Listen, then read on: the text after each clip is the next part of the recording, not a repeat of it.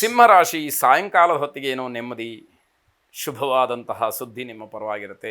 ಇಡೀ ದಿನ ಎಲ್ಲ ಹೋರಾಟದ ಜೀವನ, ಏನೋ ವ್ಯತ್ಯಾಸಗಳು, ಏನೋ ಬದಲಾವಣೆಗಳು, ಏನೋ ಒಂದು ರೀತಿಯಲ್ಲಿ ಸಿಟ್ಟು, ಆತಂಕ, ಇವೆಲ್ಲವೂ ಕೂಡ ಮಿಶ್ರವಾಗಿ ನಿಮಗೆ ಕಾಡ್ತಾ ಇರತಕ್ಕಂಥದ್ದು. ಸಾಯಂಕಾಲದ ಹೊತ್ತಿಗೆ ಏನೋ ನಿಟ್ಟುಸಿರನ್ನು ಬಿಡ್ತೀರಿ, ಸಮಾಧಾನ ಆಗುತ್ತೆ, ಲಾಭದ ಸೂಚನೆಗಳು ಕೈ ಸೇರುತ್ತೆ, ಕಾಣುತ್ತೆ. ಇದೆಲ್ಲವೂ ಕೂಡ ನಿಮಗೆ ಸ್ವಾಭಾವಿಕವಾದಂತಹ ಸಂತೋಷಕ್ಕೆ ಕಾರಣವಾಗುತ್ತೆ.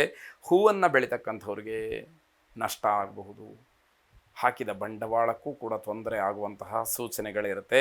ಕೌಟುಂಬಿಕವಾದಂತಹ ಸಂಬಂಧಗಳಲ್ಲಿ ವಿಶ್ವಾಸ ಇರಲಿ, ಬಂಧು ಬಾಂಧವರಲ್ಲಿ ವಿಶೇಷವಾದಂತಹ ಒಂದು ಪ್ರೀತಿ ವಿಶ್ವಾಸಗಳನ್ನು ಇಟ್ಟುಕೊಳ್ಳಿ. ಅವ್ರನ್ನ ನಿಷ್ಠುರ ಮಾಡ್ಕೊಳ್ತಕ್ಕಂಥದ್ದು ದೊಡ್ಡ ವಿಷಯ ಅಲ್ಲ. ಯಾವುದೋ ಒಂದು ಮಾತು ನಿಮ್ಮನ್ನು ನಿಷ್ಠುರ ಮಾಡಿಬಿಡುತ್ತೆ. ಆದರೆ ಅದೇ ಬಂಧುತ್ವವನ್ನು ಮತ್ತೆ ನೀವು ಹಾಗೆ ಉಳಿಸ್ಕೊಳ್ಬೇಕು ಅಂತಂದರೆ ತುಂಬ ಪರಿಶ್ರಮ ಪಡಬೇಕಾದಂಥದ್ದು. ಒಂದು ವೇಳೆ ಆಗಲಿಲ್ಲ ಅಂತಾದರೂ ಕೂಡ ಅಚ್ಚರಿ ಪಡಬೇಕಾದಂಥದ್ದಿಲ್ಲ. ಪ್ರಾಯೋಗಿಕವಾದಂತಹ ಕೆಲಸಕ್ಕೆ ಆದ್ಯತೆಯನ್ನು ನೀಡಿ. ಕೇವಲ ಬಾಯಲ್ಲಿ ಮಾತಾಡಿದ್ರೆ ಏನೂ ಪ್ರಯೋಜನ ಇಲ್ಲ.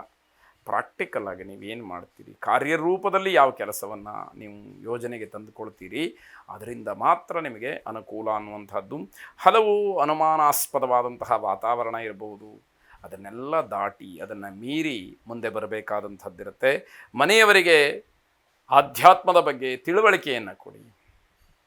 ಈ ಜೀವನ ಅಥವಾ ಮರುಜನ್ಮ, ಹಿಂದಿನ ಜನ್ಮ, ಅಥವಾ ನಾವು ಮನುಷ್ಯರಾಗಿ ಇಲ್ಲಿ ಹುಟ್ಟಿದ ಮೇಲೆ ಈ ಭಾರತ ದೇಶದಲ್ಲಿ ನಮ್ಮ ಹುಟ್ಟಿನ ಒಂದು ವೈಶಿಷ್ಟ್ಯ, ಇದರ ಸಾರ್ಥಕತೆ ಏನು, ಇದರ ಬಗ್ಗೆ ಎಲ್ಲ ಒಂದಷ್ಟು ತಿಳುವಳಿಕೆಯನ್ನು ಕೊಟ್ಟಾಗ ನಿಜವಾದಂತಹ ಮಾನಸಿಕ ಶಾಂತಿ, ನೆಮ್ಮದಿಯನ್ನು ಅಲ್ಲಿ ಕಂಡುಕೊಳ್ಳೋದಕ್ಕೆ ಅವಕಾಶ ಇದೆ. ನರಸಿಂಹಸ್ವಾಮಿಯನ್ನು ವಿಶೇಷವಾಗಿ ಪ್ರಾರ್ಥನೆ ಮಾಡಿ. ಶುಭವಾಗಿ.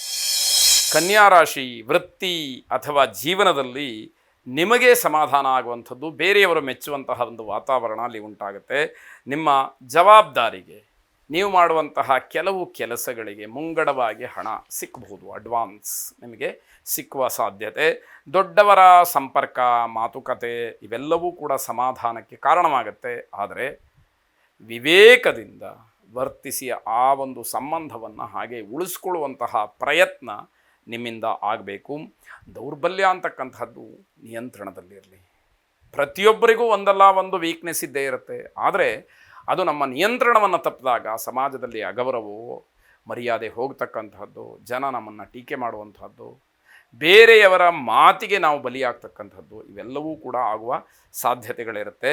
ವಿನಾಕಾರಣ ಯಾರ ಜೊತೆಯಲ್ಲೂ ಕೂಡ ನಿಷ್ಠೂರವನ್ನು ಮಾಡಿಕೊಳ್ಬೇಡಿ. ಬೇರೆಯವರ ಜೊತೆ ದ್ವೇಷ ಬೇಡ ಅನ್ನುವಂಥದ್ದು. ನಿರೀಕ್ಷೆ ಮಾಡಿದಂತಹ ವಿಚಾರಕ್ಕೆ ಸಂಪೂರ್ಣವಾದಂತಹ ಸಹಾಯ ಸಿಕ್ಕುವ ಭರವಸೆ ಇದೆ. ಆದರೆ ಮಾತಿನಿಂದ ಅದನ್ನು ಹಾಳು ಮಾಡಿಕೊಳ್ಬೇಡಿ, ಒತ್ತಡವನ್ನು ಹೇರಬೇಡಿ. ಅದು ಹಾಗೇ ಆಗುತ್ತೆ ಅಂತಿದ್ದಾಗ ಮೌನಕ್ಕೆ ಶರಣು ಹೋಗುವಂಥದ್ದು, ತಾಳ್ಮೆಯಿಂದ ಕಾಯುವಂಥದ್ದು ಒಳ್ಳೆಯದಾಗಿರುತ್ತೆ. ಗಣಪತಿಯನ್ನು ಪ್ರಾರ್ಥನೆ ಮಾಡಿ. ಶುಭವಾಗಿ. ತುಲಾರಾಶಿ, ವೃತ್ತಿಪರರಿಗೆ ಅನುಕೂಲವಾಗ್ತಕ್ಕಂತಹ ದಿವಸ ಇದು. ಯಾರು ವೃತ್ತಿಯನ್ನು ಆಶ್ರಯ ಮಾಡಿಕೊಂಡಿದ್ದೀರಿ ಅವರಿಗೆ ಅನುಕೂಲವಾಗುತ್ತೆ. ವಿಶೇಷವಾಗಿ ಮನೆಯಲ್ಲಿ ಅಗತ್ಯವಾದಂತಹ ವಸ್ತುಗಳ ಖರೀದಿಗೆ ಹೆಚ್ಚು ಹಣವನ್ನು ಕೊಟ್ಟು ನೀವು ಅದನ್ನು ಖರೀದಿ ಮಾಡಬೇಕಾಗತ್ತೆ. ಅರ್ಥಾತ್ ಅದು ಬಹಳ ಕಡಿಮೆ ದರದಲ್ಲೇ ಸಿಕ್ಕುವಂಥದ್ದೇ. ಆದರೆ ಯಾವುದೋ ಒಂದು ಸಂದರ್ಭಕ್ಕೆ ಮಣಿದು ನೀವು ಅದಕ್ಕಿಂತ ಹೆಚ್ಚು ಬೆಲೆಯನ್ನು ತೆತ್ತು ಆ ವಸ್ತುವನ್ನು ತರಬೇಕಾದಂಥದ್ದಾಗ್ಬೋದು. ದಾಂಪತ್ಯದ ವಿಚಾರದಲ್ಲಿ ಸ್ವಲ್ಪ ಮಟ್ಟಿಗೆ ವಿರಸವಾಗುತ್ತೆ, ಸಣ್ಣ ಪುಟ್ಟ ಗಲಾಟೆಗೆ ಅವಕಾಶಗಳಾಗತ್ತೆ. ಮೊದಲೇ ಒಂದಕ್ಕೆರಡು ದುಡ್ಡನ್ನು ಕೊಟ್ಟು ಪದಾರ್ಥವನ್ನು ತಂದಿರ್ತೀರಿ, ಅದು ಕೂಡ ಮನಸ್ಸಿಗೆ ಬೇಸರ ಇರುತ್ತೆ. ಇದೆಲ್ಲ ಸೇರಿಕೊಳ್ಳಬಹುದು, ಒಟ್ಟಾರೆ ಗಲಾಟೆಗೆ ಅವಕಾಶ ಅನ್ನುವಂಥದ್ದು. ಆರ್ಥಿಕವಾದಂತಹ ಸಂಕಷ್ಟ ಎದುರಾಗಬಹುದು. ಇದೆಲ್ಲ ಒಂದಕ್ಕೊಂದಕ್ಕೆ ಲಿಂಕ್ ಇದ್ದೇ ಇರುವಂತಹ ವಿಷಯಗಳು. ಹಾಗಾಗಿ ಪ್ರತಿಯೊಂದನ್ನು ಕೂಡ ಸೂಕ್ಷ್ಮವಾಗಿ ಗಮನಿಸಬೇಕಾದಂಥದ್ದಾಗತ್ತೆ. ಮಕ್ಕಳು, ವಿದ್ಯಾರ್ಥಿಗಳು ಇವರೆಲ್ಲರೂ ಕೂಡ ನಿಮ್ಮನ್ನು ಗೌರವಿಸ್ತಾರೆ. ಅವರ ಬಗ್ಗೆ ನಿಮಗೂ ಕೂಡ ಪ್ರೀತಿ, ವಿಶ್ವಾಸ, ಅಭಿಮಾನ ಅಂತಕ್ಕಂಥದ್ದಿರುತ್ತೆ. ಬಡ್ಡಿ ವ್ಯವಹಾರವನ್ನು ನಡೆಸ್ತಕ್ಕಂಥವರಿಗೆ ಮಾತ್ರ ತುಂಬ ಹಿನ್ನಡೆ ಆಗುತ್ತೆ. ಎಚ್ಚರ ಇರಲಿ. ಕಾನೂನನ್ನು ಕೈಗೆತ್ತಿಕೊಳ್ತಕ್ಕಂಥದ್ದು ಬೇಡ. ಕಾನೂನಿನ ಚೌಕಟ್ಟಿನಲ್ಲಿ ಕೆಲಸ ಮಾಡಿ. ಐಕ್ಯಮತ್ಯ ಮಂತ್ರವನ್ನು ಶ್ರವಣ ಪಠನ ಮಾಡಿ. ಶುಭವಾಗಿ. ವೃಶ್ಚಿಕ ರಾಶಿ, ಆಹಾರದ ಬಗ್ಗೆ ಹೆಚ್ಚು ಗಮನವನ್ನು ವಹಿಸಿ. ಆರೋಗ್ಯ ಬಹಳ ಮುಖ್ಯವಾಗುತ್ತೆ. ಆಹಾರದಿಂದಲೇ ಆರೋಗ್ಯಕ್ಕೆ ಸಮಸ್ಯೆ ಅನ್ನುವಂಥದ್ದಾದಾಗ ಆಹಾರದ ಬಗ್ಗೆ ತುಂಬ ಎಚ್ಚರಿಕೆ ಎನ್ನುವಂಥದ್ದು ಬೇಕು. ನಿಮ್ಮ ಅಭಿಪ್ರಾಯಕ್ಕೆ ಮನೆಯಲ್ಲಾಗಲಿ, ಸಮಾಜದಲ್ಲಾಗಲಿ, ಉದ್ಯೋಗದ ಸ್ಥಳದಲ್ಲಾಗಲಿ, ವೃತ್ತಿಯಲ್ಲಾಗಲಿ, ವ್ಯವಹಾರದಲ್ಲಾಗಲಿ ಮನ್ನಣೆ ಎನ್ನುವಂಥದ್ದು ಸಿಕ್ಕತ್ತೆ. ಹಾಗಾಗಿ ಆಡುವಂತಹ ಮಾತು ನಿಖರವಾಗಿರಲಿ, ತೂಕವಾಗಿರಲಿ, ಆ ಮಾತಿನ ಬೆಲೆಯನ್ನು ನೀವು ಉಳಿಸ್ಕೊಳ್ಳೋ ಹಾಗಿರಲಿ ಅಂತ ಅರ್ಥ. ದೂರದ ಪ್ರಯಾಣದ ಮಾತುಕತೆ, ವಿದೇಶಕ್ಕೆ ಹೋಗೋದು, ದೂರಿಗೆ ಹೋಗುವಂಥದ್ದು, ಆ ಮಾತುಕತೆಗಳು ನಡೆಯುವ ಸಾಧ್ಯತೆಗಳಿರುತ್ತೆ.